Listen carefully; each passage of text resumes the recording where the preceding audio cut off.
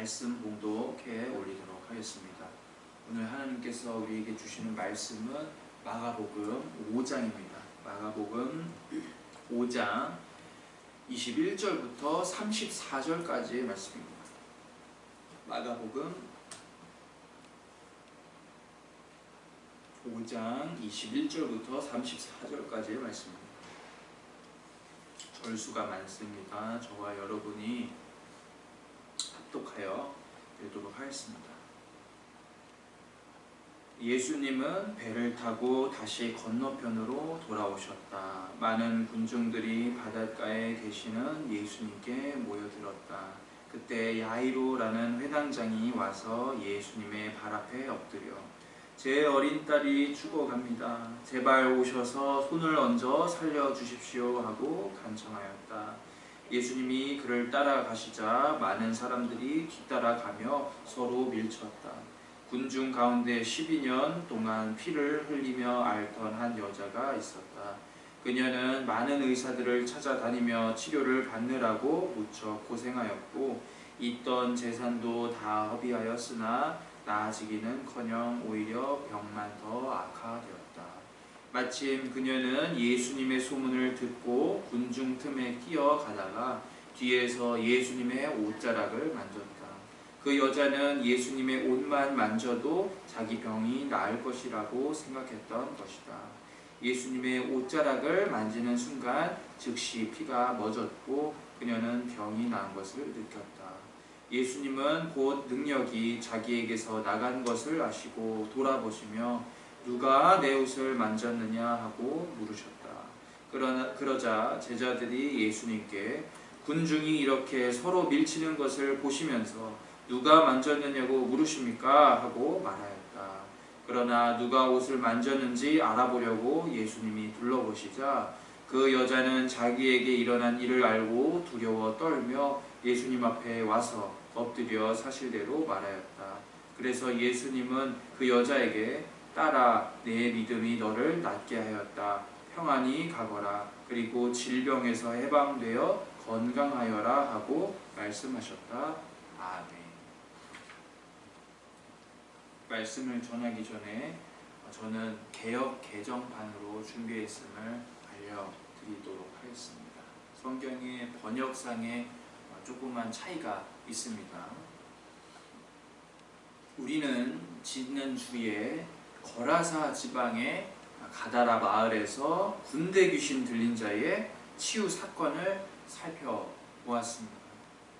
쇠사슬로도 그 사람을 제어할 수가 없었고 아무도 그를 막아낼 재량이 없었습니다. 마귀의 수하였던 이 귀신들의 힘이 너무나도 대단하고 강력했기 때문이겠죠. 그러나 그들도 당해낼 수 없는 분이 계셨으니 바로 예수 그리스도셨습니다.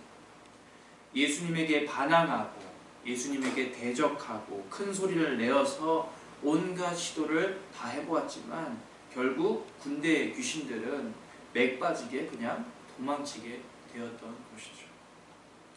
그런데 이 광인의 사건 바로 전에는 어떤 사건이 있었습니까?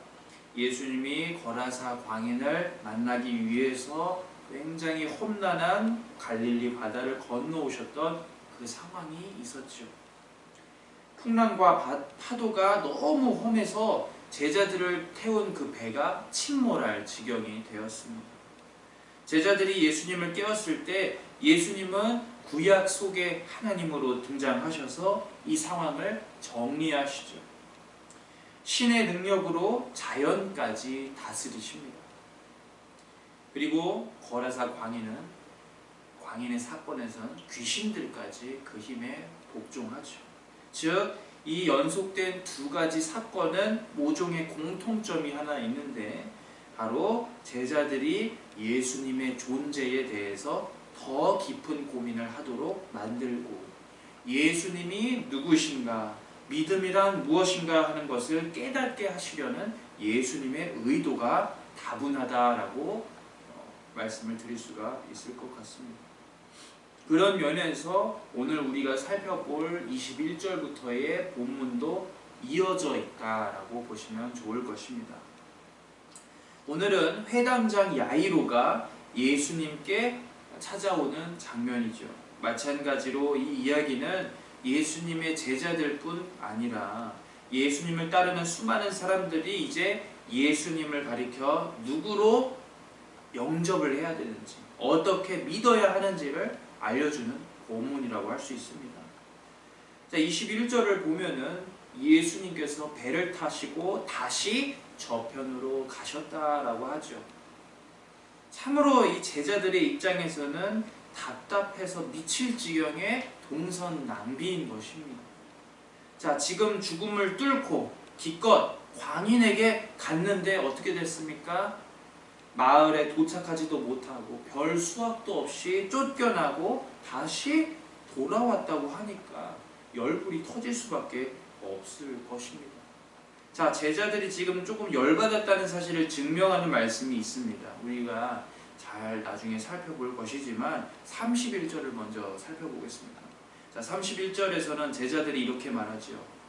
예수님, 지금 우리가 애워싸서 미는 것을 보시고도 누가 내게 손을 댔느냐 하고 물으십니까? 그러니까 이 말씀을 보면 참으로 짜증스러운 제자들의 감정선이 참으로 잘 보이는 것이죠. 그러나 제자들이 동선 낭비다 이렇게 생각하더라도 예수님의 행적은 동선 낭비가 하나도 없다라는 것이죠. 예수님이 가시는 길 가운데에서는 낭비하는 길이 단 한순간도 없었다라는 사실을 우리는 이미 알고 있습니다. 자, 이것이 바로 큰 숲을 바라보는 시각이겠죠. 한 걸음 사건에서 뒤로 떨어져서 보니까 이제야 예수님의 의도가 보이는 것입니다. 반면에 그 현장에 참여하고 있는 제자들은 어떻습니까? 넓은 숲 대신에 나무가 보이기 때문에 이러한 반응을 보일 수밖에 없었겠죠. 그러나 지금 당장 제자들이 당장 성장하지 않아도 괜찮을 것입니다. 왜냐하면 나중에 예수님께서는 여러 사건과 비유들을 통해서 제자들을 계속해서 훈련시키시고 경험시켜 주시고 성령을 주셨을 때에 제자들은 그 전과는 달리 성장해서 우리와 마찬가지로 숲을 보는 그리스도인이 되었기 때문이겠죠. 자, 예수님의 모든 행동과 말씀에 의도가 있다라는 사실을 알고 있는 우리들은 예수님이 다시 이쪽으로 돌아오신 이유에 대해서 이미 알고 있습니다. 바로 해당장의 딸 야이로의 딸과 또 혈루증을 앓고 있는 여인을 고쳐주기 위함이셨겠죠. 오늘은 예수님께서 찾아오시고 또 예수님을 향해 찾아온 두 인물 가운데에서 먼저 고쳐진 혈루병을 앓는 여인을 먼저 살펴보려고 합니다. 25절입니다. 25절에서는 한 여자가 등장하죠. 이 여자는 말씀에 보니까 12년간을 혈루병으로 고생 중에 있었습니다. 여자가 고생했던 이 혈루병이 오늘날 정확하게 어떤 병일지는 추측해보는 수밖에 없지만 많은 성경 해석자들은 오늘날의 병으로는 혈우병, 즉 유전자의 변형으로 인해서 혈액 안에 있는 피를 붓게 하는 물질이 부족하게 되어 발생하는 출혈병이라고 연결을 짓고 있습니다. 이 혈우병에 걸리게 되면은 조그만한 상처가 났을 때에도 자연스럽게 지혈이 안 된다고 합니다. 그렇기 때문에 지혈제를 꼭 먹어야지만 살 수 있답니다. 그런데 이 병이 오늘날에도 무시무시한 까닭은 아직도 막대한 치료 비용이 든다는 것이죠. 한 번 주사를 투약하는 데 드는 비용이 자그마치 100만 원 이상이라고 하니까 혈우병으로 고통받는 사람들은 금전적인 고생이 너무나도 훤합니다. 그런데 어디 금전적인 고생만 하겠습니까? 혈우병에 시달리는 사람들은 몸에서 피가 멈추지 않기 때문에 빈혈에도 걸리겠죠. 자, 빈혈은 또 어떤 증상을 나타내죠? 그 빈혈 때문에 어지러워서 많이 쓰러지기도 하겠죠. 또 쓰러져서 상처가 나고 이런 식으로 피를 계속 흘리고 계속 반복되는 그 악의 고리를 끊어낼 수가 없어가지고 혈우병에 걸린 사람들은 매우 조심해야 한다라는 것이죠. 일상을 일상답게 살아가지 못하는 것입니다. 우리가 잠시 이 병에 조금만 들었어도 참 힘겨워 보이는 병이죠. 이러한 병을 자그마치 12년 동안이나 몸에 달고 다닌 여자는 그러면 얼마나 힘이 들었을까요? 오늘날에는 혈액을 조금 멎게 하는 응고제라도 있지만 예전에는 그런 것들이 있었을까요? 없었겠죠. 26절의 여자의 상황이 매우 비참하다는 사실을 보여줍니다. 우선 제가 위에서도 말씀을 드렸죠. 돈이 어마어마하게 든다고요. 그런데 26절에 보니까 돈이 많이 드는 것은 2차적인 문제였던 것 같습니다. 개역 개정판에서 보니까 이 여자에게 제일 곤혹이었고 슬펐던 것, 괴로웠던 것은 많은 의원들, 많은 의사들에게 괴로움을 받았다라는 것입니다. 자, 그러면 과연 그녀의 인생 속에서 괴로움은 어떤 것이 있었을까요? 이 짧은 괴로움이 있었다라는 말씀으로 그녀의 인생 전체를 다 해석해 볼 수는 없겠지만 우선 그녀는 이스라엘 안에 살면서 두 가지 괴로움을 겪었으리라 생각합니다. 첫 번째는 율법에 대해서 괴로움을 겪었고 두 번째는 인격적인 괴로움을 받았다라고 확실하게 말할 수가 있겠죠. 레위기 15장으로 가보겠습니다. 레위기 15장은 유출병이 있는 이런 여자들에 대해서 하나님께서 어떻게 대하시는지 말씀하시는지를 나타내고 있습니다. 그런데 이 15장이 우리가 볼 때는 참으로 가혹해 보이는 말씀으로 가득 차 있죠. 왜냐하면 유출병이 있는 자들은 무조건적으로 부정한 자이기 때문입니다. 날이 저물 때까지 이런 부정한 여인 또는 피를 흘리는 남자가 만졌던 질그릇들은 어떻게 해야 되냐면은 다 깨뜨려 버려야 한답니다. 또 여자가 손을 댄 모든 사람들도 다 부정해지겠죠. 완전히 깨끗해지려면은 자그마치 일주일이 걸린다고 합니다. 그런데 문제는 이 여자는 예수님께 찾아온 여자는 1년도 아니고 2년도 아니고 12년 동안 이렇게 살아왔죠. 처음에 이 인생은 여자의 인생은 평범했겠죠. 그냥 우리랑 비슷하게 바깥에서 일하다가 돈을 벌고 또 평범한 가정을 이룰 준비를 했겠죠. 그런데 어느 순간 갑자기 혈루병이 이 여자를 찾아오고 나서 인생이 완전히 꼬이기 시작합니다. 회당이나 성전에 가서 예배와 제사를 드려야 되는데 자기 자체가 부정한 자가 되었기 때문에 도저히 사람들과 접촉할 수가 없고 나갈 수가 없다라는 것이죠. 율법에 따르자면은 내가 만진 모든 것이 부정해지고 심지어 질그릇 같은 일회용 물품들은 깨어서 버려야 할 정도라고 합니다. 자, 이 정도 되면은 이 여자의 이웃들이 이 여자를 친구 삼고 싶겠습니까? 아니겠죠.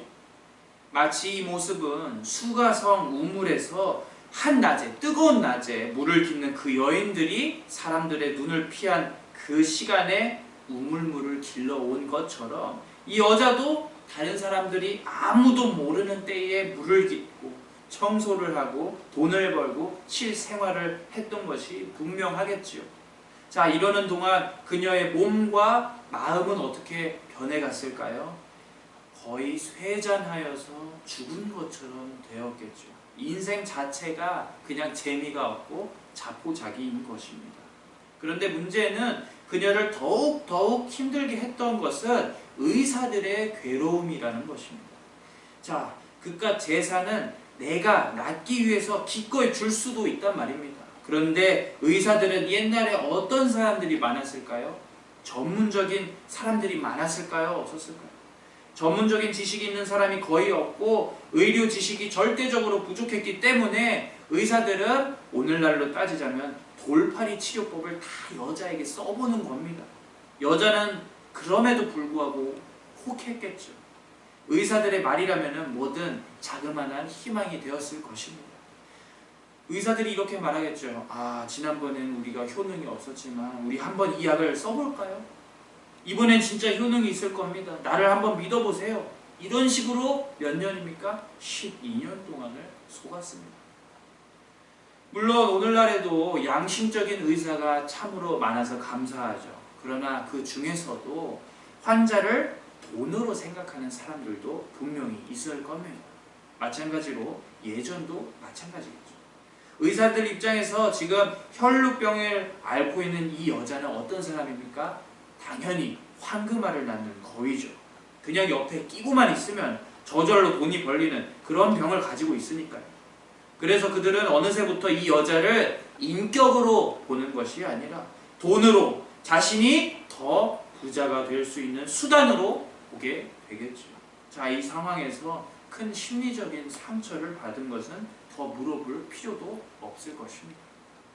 한마디로 추격해보자면 지금 여자의 상황은 어떻습니까? 거의 살아갈 희망이 보이지 않는 것이죠. 여자의 육체는 살아 움직이지만 그 인격이 완전히 부서져서 괴로워서 몸부림칩니다. 왜요? 나는 이스라엘 안에서 종교적으로도 더럽고 공동체에서도 더럽다라고 말해지는 사람이며 병을 고쳐줄 유일한 희망인 의사들도 이제 나를 사람 취급을 안 하는 것입니다. 자, 이런 여자가 조심스럽게 멀리서부터 다가오고 있죠. 예수님의 소문을 듣고 어찌되었던 간에 예수님을 좀 뵈어야겠다라고 생각했습니다. 뭔지는 몰라도 예수님을 만나면은 상황이 바뀌리라 믿었습니다. 그래서 많은 무리가 예수님을 에워싸고 야이로의 집으로 갈 때에 예수님의 옷자락을 만질 수 있을 만큼의 거리를 확 좁혔어요. 27절과 28절을 읽어보니까 이 여자는 예수님의 옷에 손을 대었다라고 기록되어 있습니다. 그런데 용기를 낸 것 치고는 정말로 소박하고 소심한 행동이 아닙니까? 부정한 내가 사람들 앞에 나온 그 대단한 용기를 낸 상황이죠.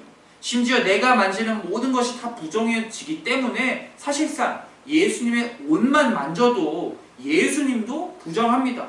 이럴 바에는 저라면 억울해서라도 예수님의 손을 덥석 붙잡았을 것입니다. 그런데 그녀가 예수님의 옷만 살짝 손댄 것은 이 여자가 소심해서도 아니고 소박해서도 아니고 믿음이 작아서도 그런 게 아니라라는 것이죠. 오히려 믿음이 있었기 때문이었다는 사실이 28절에 드러납니다. 28절엔 이렇게 되어 있습니다. 이는 내가 그의 옷에만 손을 대어도 구원을 받으리라 생각함일러라. 개역 개정판에는 구원을 받으리라 라고 되어 있습니다. 즉 이 여자는 어떻게 생각한 것이죠? 12년째 온갖 치료법이나 약은 다 소용이 없었고 이제는 못 믿을 수밖에 없는데 예수님의 옷에만 살짝 내 손이 닿아도 무엇을 받는다고 하고 있죠? 구원을 받으리라 라고 믿었던 것이죠. 참으로 놀라운 믿음의 비약이죠. 여러분, 이 여자는 지금 우리가 생각하기에도 너무나도 당황스럽고 갑작스러운 믿음의 성장이 폭발적이었습니다. 자, 예수님을 원래 모르던 자였죠. 단지 예수님의 옷에 손만 대어도 구원을 받으리라 믿었고 그 믿음대로 실천해서 예수님 앞으로 다가가기만 했습니다. 자, 그런데 그렇다면 이 믿음을 과연 누가 주셨을까요? 인생의 많은 의사도 고치지 못해서 12년간 많은 괴로움과 인내를 견디고 전 재산을 허비하였던 이 여인이 갑자기 예수님의 옷이라도 손을 대면 내가 구원을 얻으리라 하는 그 믿음은 과연 누구에게서 온 걸까요? 바로 하나님이시죠. 하나님께서는 그녀 마음속에 다시 한번 희망을 주십니다. 뜨겁게 타오르는 믿음을 허락하여 주셨고 그 결과 여자는 어떻게 행동합니까? 되게 단순하게 생각해서 예수님 앞으로 나아옵니다. 오늘날 많은 그리스도인들은 참으로 걱정이 많죠.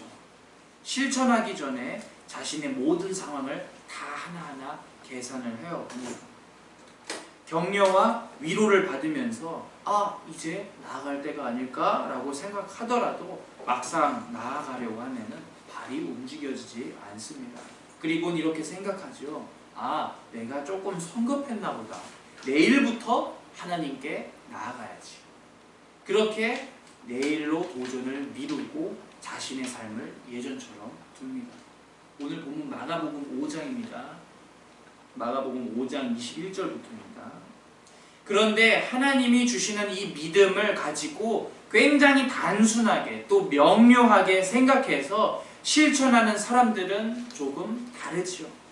오늘 본문 속에 이 혈루병을 앓았던 여인처럼 자기가 믿은 대로 나아가는 것입니다.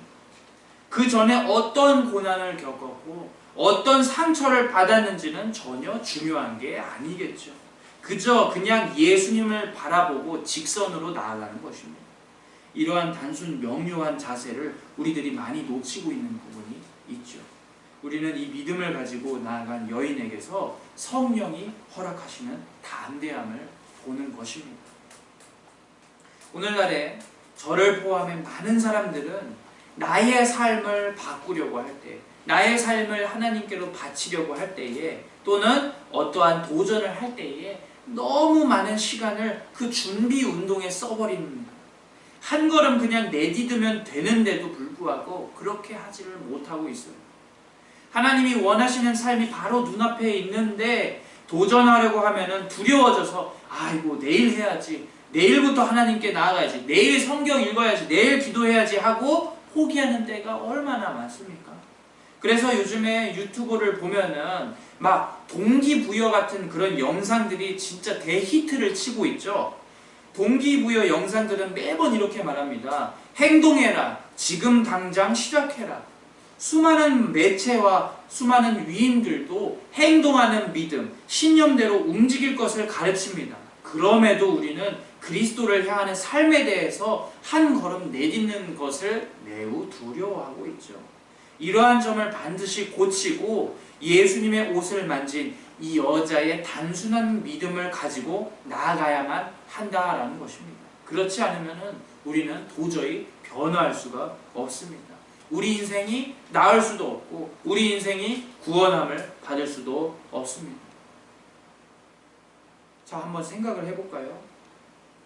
혈루병을 앓고 있는 이 여인이 집에서 약을 먹고 있다가 용하다는 그 예수님의 소문을 들었습니다. 그런데 이분이 우리 마을 주변으로 가신답니다. 좋아, 예수님을 찾아가 봐야겠다 라고만 생각하고 집을 나서지 않았다면 어떻게 됐을까요? 맞습니다. 오늘 본문처럼 그녀는 예수님 앞에서 구원을 얻지 못했을 것이죠. 따라서 지금 현재를 살고 있는 우리들에게 정말 중요한 신앙인의 자세는 과연 무엇일까요? 바로 용기를 내서 단 한 걸음을 내딛는 것입니다. 두려움을 이기고 세상의 고난과 멸시를 직접 내 발로 뚫고서 한 걸음을 내딛으면서 예수님을 향하는 우리들이 되어야 할 줄로 믿습니다. 이렇게 한 걸음을 시작하면은 다음 걸음을 더 쉽게 밟을 수가 있겠죠. 자, 5장 29절에 이 용기 있는 결단을 한 여인이 자신의 몸이 완전히 치료됐다라는 것을 알게 되었죠. 얼마나 놀랐는지 자신도 깜짝 놀랐어요. 두려워 떨었다고 되어 있거든요. 과거에 용하다는 의사들 약을 다 먹어봤는데 악화되었죠. 내가 믿은 대로 그런데 옷자락을 만지니 예수님을 찾아와서 옷자락을 만지니까 어떻게 됩니까? 나았던 것입니다. 얼마나 기쁘고 신기했겠습니까?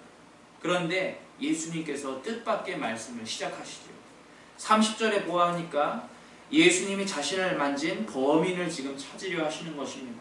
참으로 이 상황 자체가 말이 안 되고 어이가 없어가지고 제자들이 예수님께 비꼬면서 화를 내면서 이렇게 묻죠.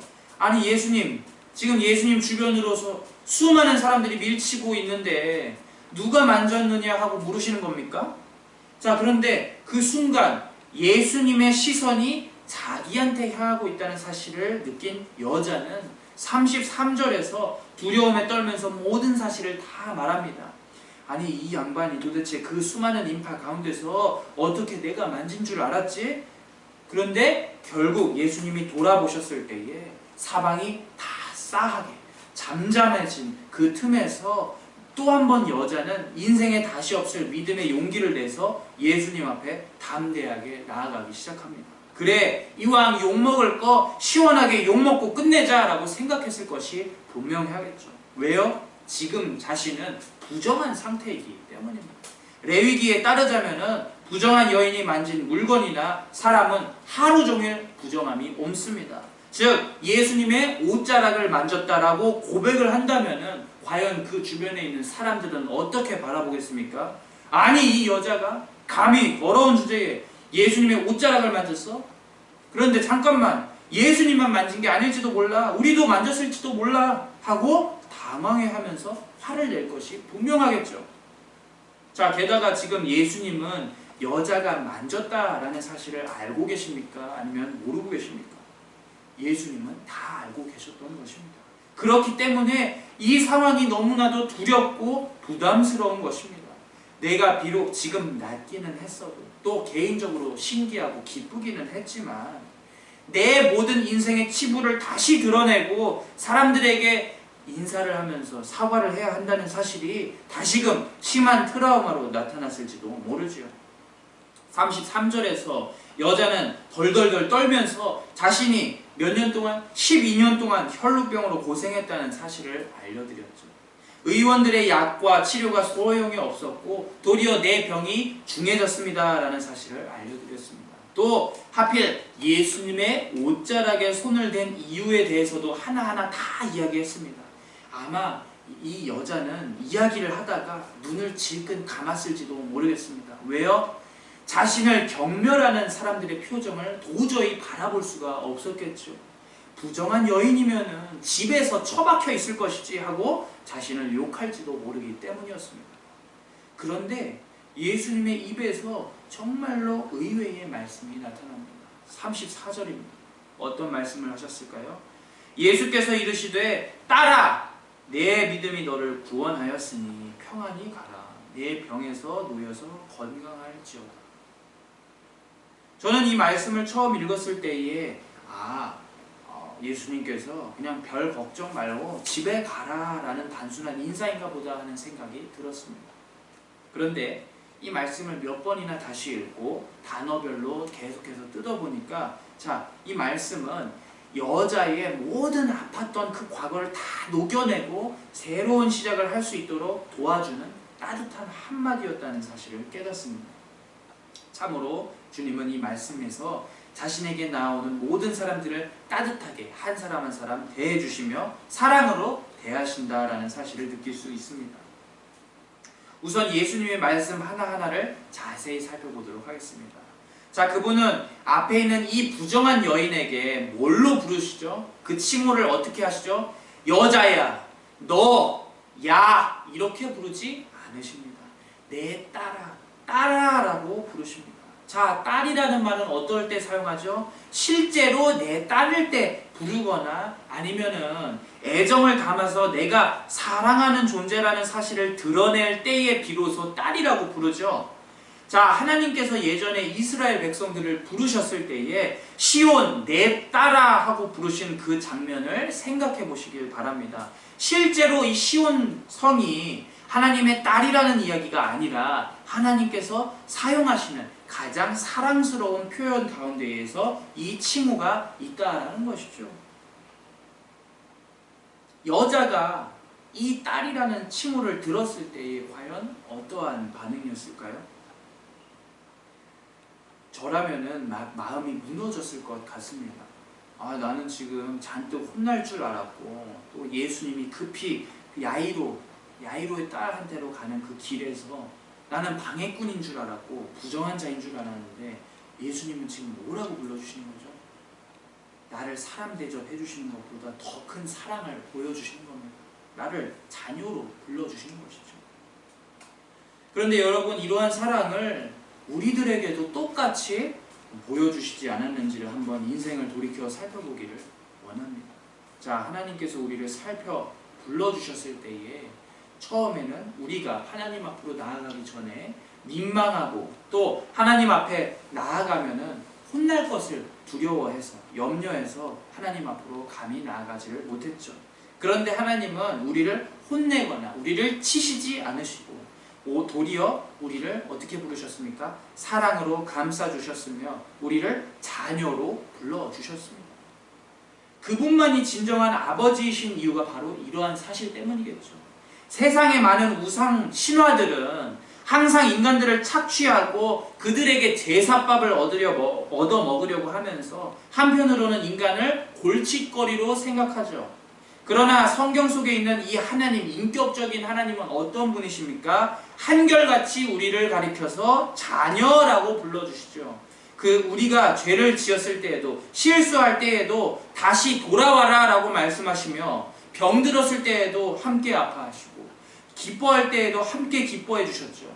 우리는 이 사실을 기억하면서 예수님 앞으로 담대하게 나아왔던 그 여자에게 임했던 은혜가 사실 우리에게서도 일어났고, 우리 역시 하나님을 참 부모님으로 부를 수 있다는 사실에 감사하면서 매일매일을 살아냈으면 좋겠습니다.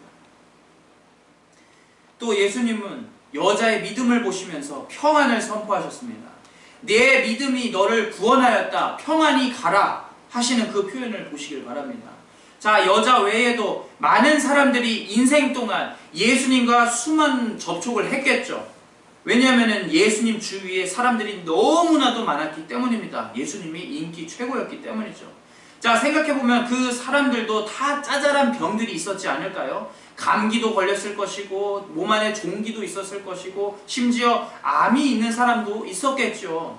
그런데 그런 사람들이 인생에서 예수님과 접촉했을 때에 나았다라고 성경이 기록하고 있습니까? 아니죠. 그러니까 이 나았다라는 말은 결국 특별한 믿음을 요구하는 것입니다.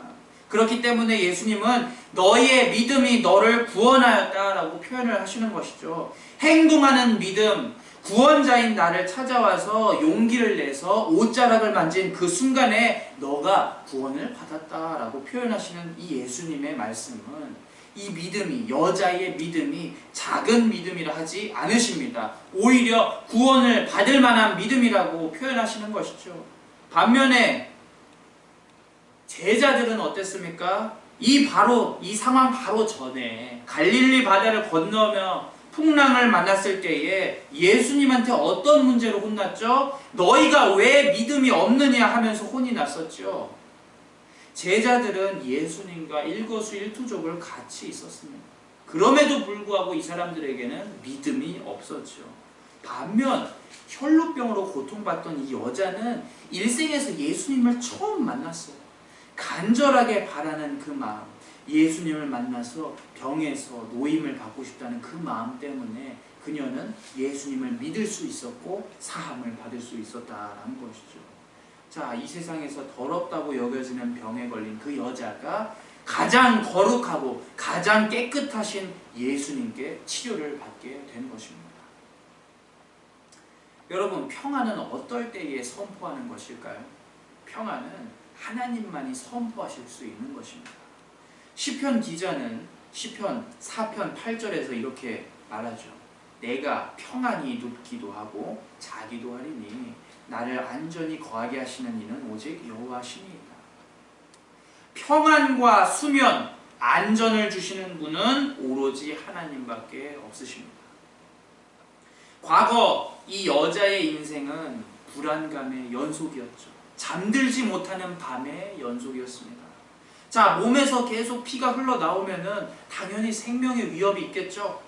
그래서 그녀는 인생을 그냥 살얼음장 걷는 기분으로 살아왔던 것입니다. 마음껏 뛰어다니지도 못하고 빈혈 때문에 항상 어지러워서 쓰러질 것을 두려워했습니다. 그런데 이제 하나님이 그런 일을 너는 더 이상 걱정하지 않아도 된다. 평안히 가라라고 말씀하시죠. 여러분, 이 여자가 누리는 평안은 주님이 주신 선물입니다. 반면에 오늘날 많은 사람들은 이 평안이라는 가치를 잘 모르는 듯합니다. 언제나 바쁘게 일확천금을 쫓고 어떻게 하면 내 통장을 더 불어날 수 있게 할 수 있을지를 계속해서 고민하죠. 또 어떤 사람은 내 건강을 지키는데 너무나도 몰두하고 열정을 다해서 스트레스를 받는 굉장히 이상한 역설이 일어납니다. 그 가운데에서는 육체적인 평안도, 영적인 평안도 모두 다 사라진 채로 평생을 알 수 없는 비참한 상태로 사는 사람들도 있겠죠. 그러나 여러분, 우리에게 평안이라는 것은 꼭 필요한 가치입니다. 또 하나님의 선물임을 우리가 기억했으면 좋겠습니다. 왜 그렇습니까? 평안이야말로 예수 믿는 자들이 누릴 수 있는 가장 담대한 믿음이라는 것이죠. 우리의 마음에 평안이 있기 때문에 세상의 풍랑을 그저 흘러갈 일로 바라볼 수 있는 것이 되는 것이고, 마음에 평안이 있기 때문에 우리에게 죄의 유혹이 닥친다 하더라도 넘길 수가 있게 되는 것입니다. 심지어 평안이 있기 때문에 우리는 예수 이름을 위해서 죽을 수도 있다라는 것이죠. 말씀을 마치도록 하겠습니다. 오늘 본문 속에서 여자는 참으로 기구한 인생을 살기는 했지만 예수님을 만나러 온 그 여자의 믿음의 결단 때문에 구원을 받게 되었죠. 그런 그녀에게 새로운 삶을 선물해 주신 예수님은 그녀의 육체뿐 아니라 영혼과 인생을 하나같이 다 어루만져 주셨던 것을 기억합니다. 그런데 이러한 어루만지심이 우리 삶 속에도 있었다라는 것이죠. 그것을 우리가 계속해서 까먹지 않고 기억하며 매일매일 살아가기를 원합니다. 왜 그래야 될까요? 우리는 평안이라는 굉장히 담대한 믿음을 가지고 있는, 세상과는 확연하게 다른 태도로 인생을 살아내는 그리스도인이기 때문이죠. 모쪼록 우리들의 인생이 지금까지 병으로 또는 금전적인 문제로 또는 인격적인 상처를 받아서 사람 관계에 어려움을 겪은 삶이었다면 다시금 예수님 앞에 한 걸음 나아가길 원합니다. 주님을 찾아와서 내 문제가 주님 앞에서 해결될 것이구나 하는 단순 명료한 그 믿음과 실천 그리고 행동이 우리에게 있었으면 좋겠습니다. 삶의 문제를 우리가 끙끙거리면서 끌어안는 것이 아니라 예수님께 맡겨드림으로써 하나님의 나라와 하나님의 뜻을 더더욱 먼저 생각하는 믿음의 하늘소망교회 모든 교인들이 되시길 주님의 이름으로 권면합니다. 이 시간 우리 함께 기도하겠습니다. 예수님께서 여자를 보시고 나의 딸아라고 부르셨습니다.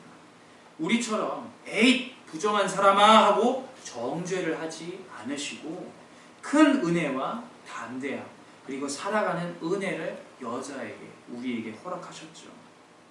우리도 똑같습니다. 우리가 주님 앞에 나아왔을 때에 주님은 우리를 더럽기 때문에 문전박대하지 않으셨고 이 여자만큼의 큰 은혜를 허락해 주셨죠. 지금 우리의 삶이 힘들고 무너지고 있다 할지라도 이러한 은혜와 기억을 되돌아보면서 과거에 하나님이 사실 나에게 엄청나게 소중한 담대함과 평온함을 주셨구나 하는 그 사실을 깨닫고 하나님의 자녀로서 최선을 다해서 살아가는 사람이 되게 해달라고 함께 기도하겠습니다.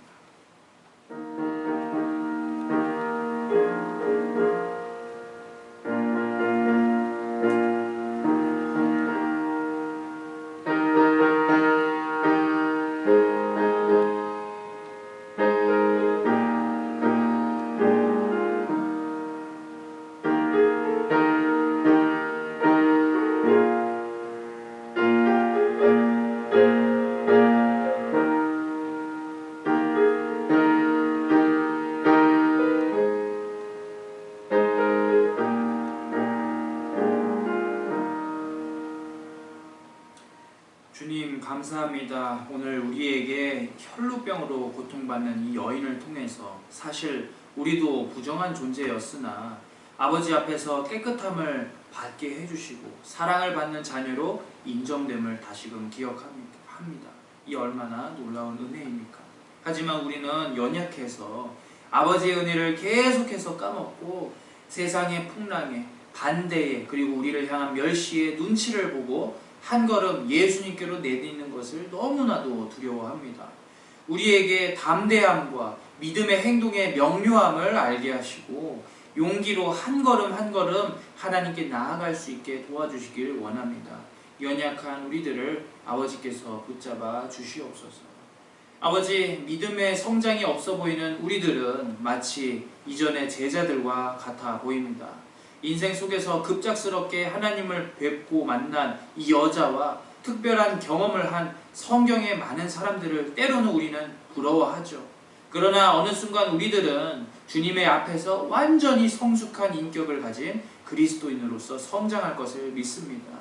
하나님께서 제자들에게 성령을 부어주셔서 그들이 가득 채워져서 주님의 뜻을 순종함과 같이 우리의 생애에서도 아주 짧은 시간만이 남았다 할지라도 당신의 영광대로 당신의 뜻대로 하루하루를 살도록 인도해 주실 것을 반드시 믿고 의지를 하도록 도와주시옵소서. 아버지, 그때에 우리가 물러나지 않고 세상을 넉넉히 이기고 하나님의 나라를 위해서 전진하는 그리스도인이 될 수 있게 도와주시길 간절히 원하오며 예수 그리스도의 이름으로 기도 올려 드리옵나이다.